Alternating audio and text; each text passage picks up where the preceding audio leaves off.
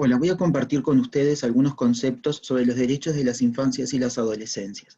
Mi nombre es Carlos Urino, soy profesor adjunto de la Clínica Pediátrica C y en conjunto con la profesora agregada Virginia Perdomo hemos elaborado este módulo sobre los derechos de las infancias y las adolescencias y la vulneración a estos derechos, principalmente sobre el abordaje de las situaciones de niños, niñas y adolescentes que están viviendo situaciones de violencia, tanto de maltrato infantil como de abuso sexual infantil. En este teórico vamos entonces a focalizarnos sobre los derechos de las infancias y las adolescencias. Para comenzar, tenemos que reconocer que estos derechos emanan de su condición humana, forman parte de los derechos humanos universales. ¿Por qué entonces hablar sobre los derechos de las infancias y las adolescencias? Bueno, es importante identificar que en esta etapa de la vida existen derechos que son específicos tanto por su desarrollo o por las necesidades específicas que tienen los niños, niñas y adolescentes. También van a compartir muchos derechos con las personas adultas, pero van a tener algunas particularidades por la etapa en la que están transitando. Es por eso importante reconocer también los derechos que las personas nacen con esos derechos, pero que en forma progresiva los van a poder ir ejerciendo. Entonces, uno de los conceptos fundamentales cuando nosotros hablamos sobre los derechos de las infancias y de las adolescencias es reconocer que a través de la garantía de estos derechos vamos a poder facilitar la máxima salud y desarrollo de los niños, niñas y adolescentes. Los derechos de las infancias y de las adolescencias se extienden más allá de lo físico. Incluyen las necesidades sociales, económicas, culturales, intelectuales, emocionales, psicológicas.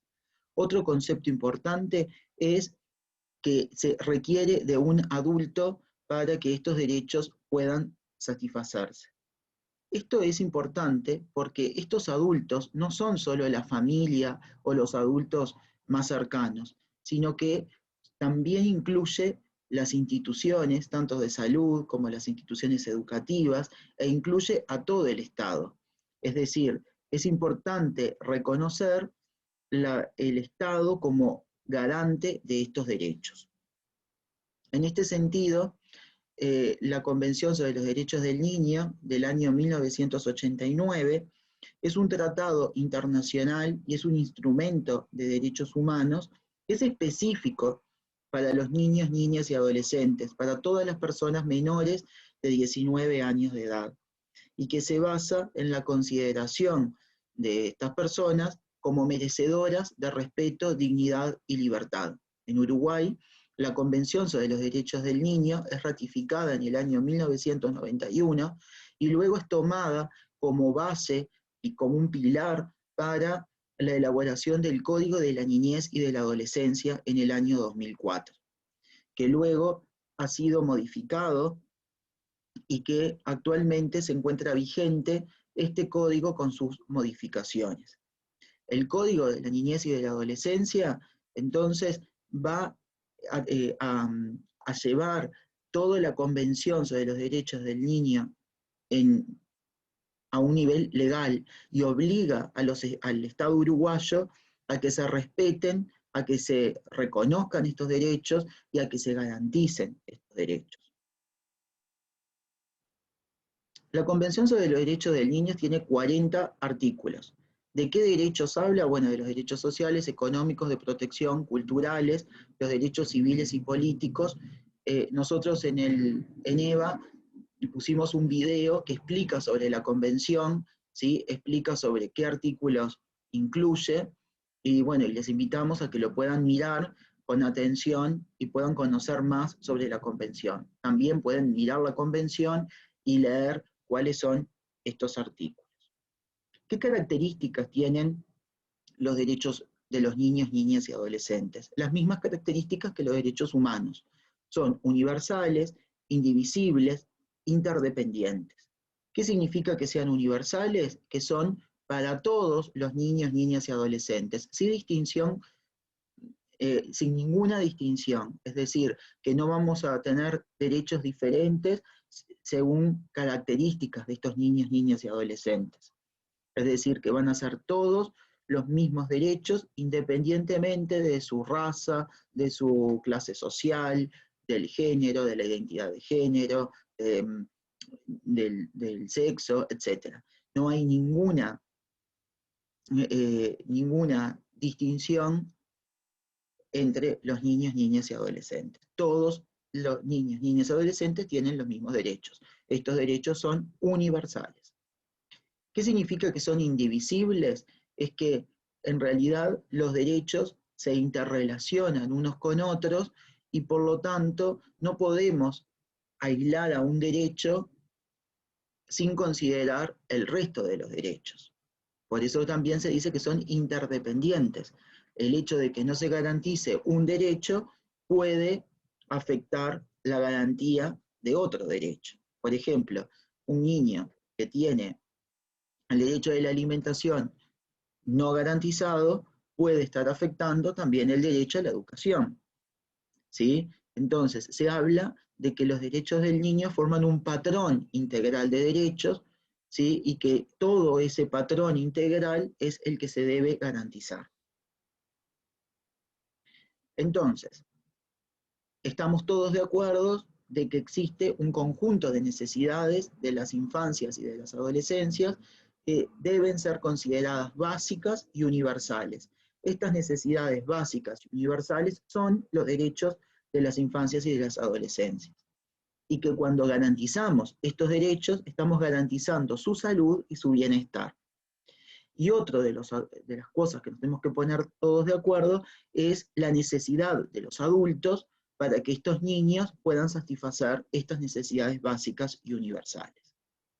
La Convención sobre los Derechos del Niño va a cambiar el paradigma que hace que se entienda a los niños, niñas y adolescentes de otra forma. Es decir, por mucho tiempo se consideraron como objetos de protección y que eran importantes por ese adulto que iba luego a ser.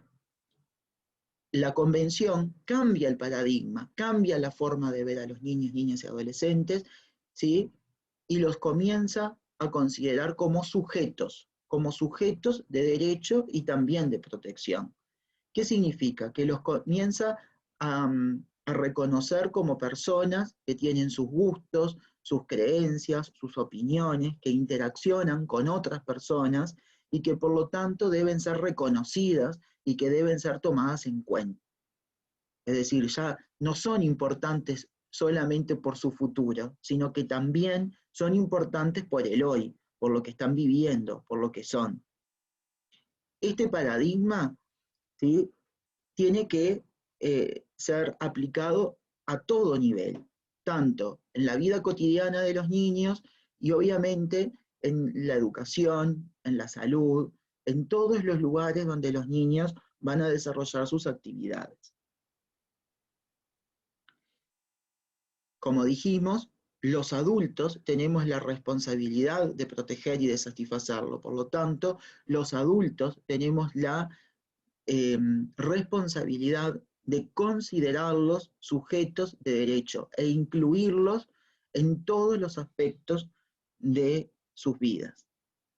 En ese sentido, el equipo de salud no se escapa de esta responsabilidad y por lo tanto, el equipo de salud es de suma importancia que reconozca a los niños, niñas y adolescentes como sujetos de derechos y por lo tanto los va a reconocer como sujetos que deben ser respetados, escuchados y tomados en cuenta. De eso se trata, tener una perspectiva de derechos en la atención sanitaria. Como vemos en esta diapositiva, hay 3 artículos que son de suma importancia, ¿sí?, a la hora de aplicarlo en la asistencia a la salud de niños, niñas y adolescentes. Por un lado, el artículo número 5 de la Convención, que trata del derecho de los niños, niñas, a ser respetados en la evolución de sus facultades. ¿Qué significa esto? Significa que los niños, niñas y adolescentes van a ir evolucionando en sus facultades y van a ir pudiendo tomar decisiones de acuerdo a su madurez, que luego esto lo vamos a profundizar, que es el concepto de la autonomía progresiva. Por otro lado, en el artículo número 12, habla del derecho de ser escuchados y tomados en cuenta, y esto es fundamental. Ustedes muchas veces van a observar en una consulta pediátrica que se le habla a las personas adultas, y en realidad las personas adultas deben participar, pero el principal de esa consulta es el niño, la niña o el adolescente, y por lo tanto hay que escuchar cómo se siente, qué opina, ¿sí? Qué es lo que considera sobre su salud, sobre el problema que está transitando. Es muy importante también el artículo 16, que es el derecho a la privacidad y el respeto por la confidencialidad, como luego analizaremos.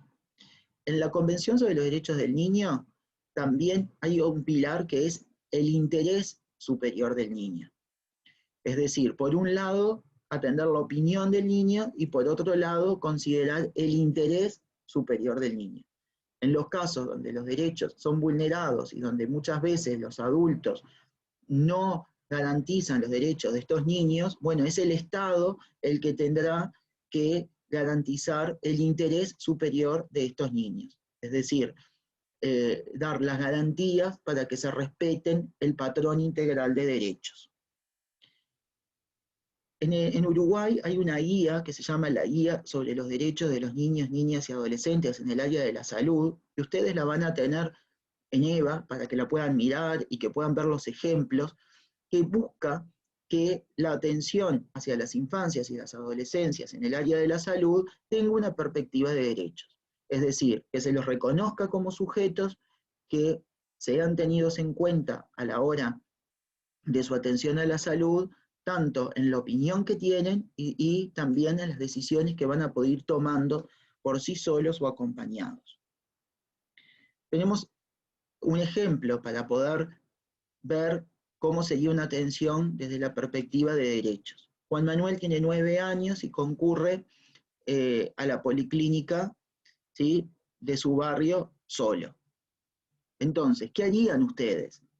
¿Denuncian porque se trata de un maltrato? ¿Lo atienden y preguntan los motivos por los cuales vino solo? ¿O llaman a un adulto para poder hablar con el niño? Bueno, ¿qué harían? Con una perspectiva de derechos, lo que se debería hacer es atenderlo, preguntarle cuáles son los motivos por el cual vino solo, ¿sí? Entonces, todos los niños tienen derecho a ser atendidos independientemente si vienen o no acompañados por un adulto. Pero evidentemente un niño de 9 años que viene solo a la policlínica, hay que preguntarle por qué, dónde están sus adultos referentes, quiénes son, qué cuidados tienen, ¿sí? Poder comunicarnos con esos adultos referentes.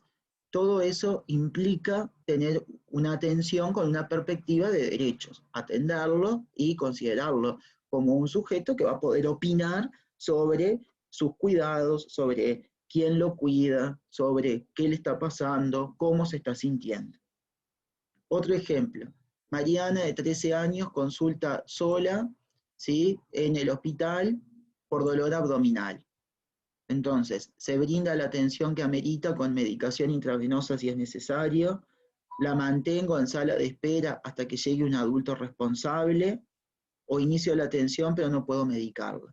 Esto muchas veces genera grandes dificultades en la emergencia, por un desconocimiento también de la normativa nacional, que plantea que los niños, niñas y adolescentes deben ser atendidos aunque no estén los adultos presentes, procurando siempre de que estén acompañados. Por lo tanto, nosotros vamos a tener que atender a Mariana, brindarle la atención que necesite, si es necesario medicarla, hay que medicarla, se le puede preguntar si alguna vez tuvo alergias, si recibe tal medicación, qué toma cuando tiene dolor. Hay que considerar que tener 13 años no implica no saber nada, sino todo lo contrario. Mariana puede saber muchísimas cosas sobre su salud, sobre su cuerpo, sobre sus cuidados. Por lo tanto, eso es considerarlo un sujeto de derecho. ¿Qué pasa con la autonomía? ¿Qué es la autonomía? Bueno, la autonomía, como ustedes ya saben de los cursos de bioética de los años anteriores, es esa capacidad que tienen las personas de autogobernarse, es decir, de poder tomar decisiones basados en la información, ¿sí?, que se le otorga, y elegir cuál sería la mejor alternativa para sí mismo. Entonces, los niños, ¿pueden tomar decisiones por sí solos? ¿Qué decisiones pueden tomar? ¿Existen límites en la toma de decisiones? Cuando un niño, niña o adolescente es autónomo para tomar decisiones, ¿cuándo? ¿A qué edad? ¿Sí? ¿Cómo se contribuye para desarrollar esa autonomía? ¿O se adquiere por la edad? Bueno, por mucho tiempo se pensó que había que llegar a tener 18 años para poder tomar decisiones de forma autónoma. Luego se fue avanzando en esta concepción y se considera que no hay una edad en la cual una persona se transforma en una persona autónoma, sino que la autonomía se va adquiriendo de forma progresiva y que dependerá de muchas cuestiones.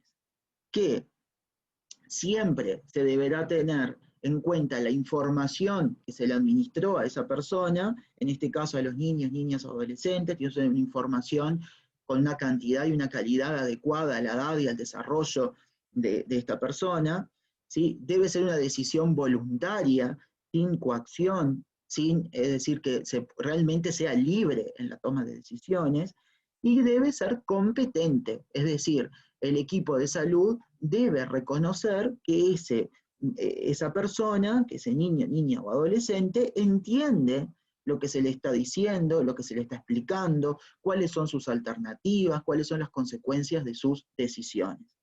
Por lo tanto, esta competencia, ¿sí?, que se refiere a las facultades mentales para entender y procesar la información, ¿sí?, es esa capacidad que tienen las personas en reflexionar sobre las consecuencias de un acto y luego tomar decisiones.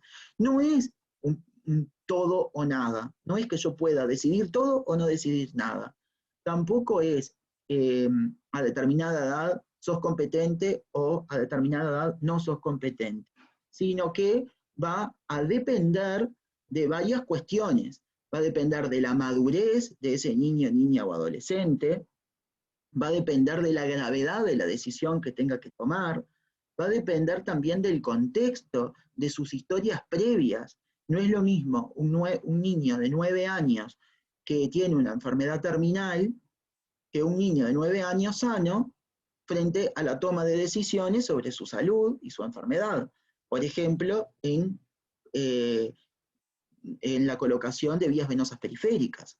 Un ejemplo, un niño de 9 años que está cursando por tratamientos crónicos de quimioterapia, que tiene una enfermedad terminal, que se le ha hablado sobre la muerte, que tiene otra concepción de esta situación que un niño de 9 años sano que va al control de salud y que hay que administrarle una vacuna o que hay que extraerle sangre para alguna paraclínica particular. Es decir, que también los factores del propio niño, niña o adolescente, sus situaciones vitales, su historia de vida, sus antecedentes familiares, sus antecedentes culturales, factores de la propia situación, hacen que haya que tener en cuenta este contexto en la toma de decisiones, para poder identificar si los adolescentes o si los niños, niñas, adolescentes pueden ser competentes en la toma de esa decisión puntual. Por lo tanto, hay que evaluar la competencia caso a caso. No hay reglas generales, sino que esto depende de cada caso en particular.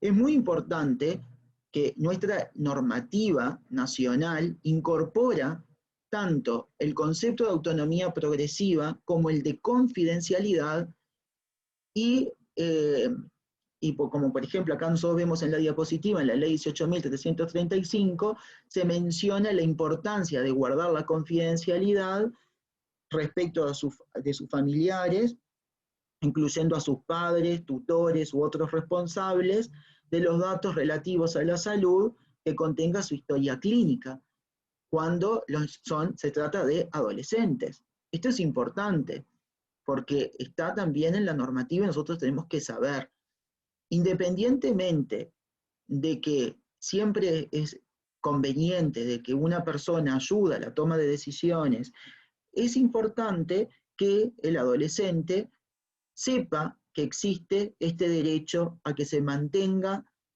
en secreto lo que se trabaja o lo que se habla en una consulta médica. Bueno, para ir terminando, me parece que es bien importante en este contexto en el que estamos viviendo poder ver qué ha pasado con los derechos de los niños, niñas y adolescentes durante la pandemia COVID-19. Como ustedes saben, una de las primeras medidas que se tomaron en varios países, en nuestro país fue una de las primeras también, fue que los niños, niñas y adolescentes no fueran más a la escuela, es decir, interrumpir la concurrencia tanto a las escuelas como a liceos, a los centros educativos. Esto obviamente que vulnera muchísimo los derechos de las infancias y de las adolescencias. Como ustedes habrán escuchado, también aumenta la vulneración de los derechos relacionados al maltrato y al abuso, y por lo tanto, muchas instituciones, el propio Estado ha estado muy preocupado por esta vulneración de derechos durante la pandemia. El Comité de los Derechos del Niño, ¿sí?, advirtió sobre el efecto grave que tuvieron las medidas para evitar la propagación de la pandemia en los niños, niñas y adolescentes, tanto efectos físicos como emocionales, como psicológicos. El hecho de no ver a los amigos, de no poder salir a jugar, de no poder usar los espacios verdes, ¿no? Todo eso hizo de que los niños, esto tuviera efecto sobre los niños, niñas y adolescentes. Y bueno, y llamó a todos los estados a proteger esos derechos. En ese link ustedes van a encontrar el documento sobre el Comité de los Derechos del Niño. A grandes rasgos, en este documento se habla de los impactos sanitarios, sociales, educativos, recreativos que han tenido durante la pandemia, ¿sí? Impactos negativos, ¿sí? Por ejemplo, el hecho de no tener controles o de tener menos controles, o el cierre transitorio de los servicios ambulatorios de salud, eso generó impactos en la salud de los niños, niñas y adolescentes. Por otro lado, plantea la necesidad de explorar soluciones alternativas y creativas para que los niños puedan disfrutar del derecho al descanso, al ocio, a la recreación, a las actividades culturales y artísticas, que fueron limitadas en esta pandemia. Se vio una gran desigualdad entre algunos niños en relación a su aprendizaje a través de las redes, o en línea, o a través en Uruguay, esto fue minimizado por la presencia del Plan Ceibal, que garantizó la universalidad del acceso a la tecnología, pero las brechas educativas han sido cada vez más grandes entre aquellos niños de niveles socioeconómicos altos con los niños de niveles socioeconómicos más bajos.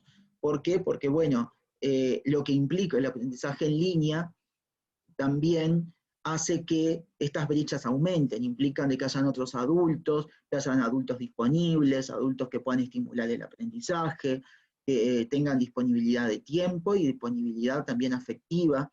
Entonces esto ha hecho de que muchos niños no puedan aprender tan fácilmente en línea como otros. Otro de los aspectos importantes que plantea es la nutrición, la alimentación. Y ustedes habrán escuchado toda la cuestión de garantizar la alimentación de todos aquellos niños y niñas que lo hacían durante su horario escolar. Mantener los servicios básicos para los niños, como el agua, el saneamiento, el registro de nacimientos, la atención médica. De hecho, Uruguay fue uno de los primeros países en que los niños y niñas volvieran a sus escuelas y que volvieran a ser controlados por médicos y médicas. Definir los servicios básicos de protección infantil como esenciales, todos aquellos servicios que protegen a los niños, el Comité de Derechos del Niño plantea no detenerlos por la pandemia, ¿tá? Proteger a los niños con mayor vulnerabilidad y brindar oportunidades para que los niños, niñas y adolescentes puedan ser escuchados y tomados en cuenta en los procesos de toma de decisiones sobre la pandemia. Esto me parece muy importante.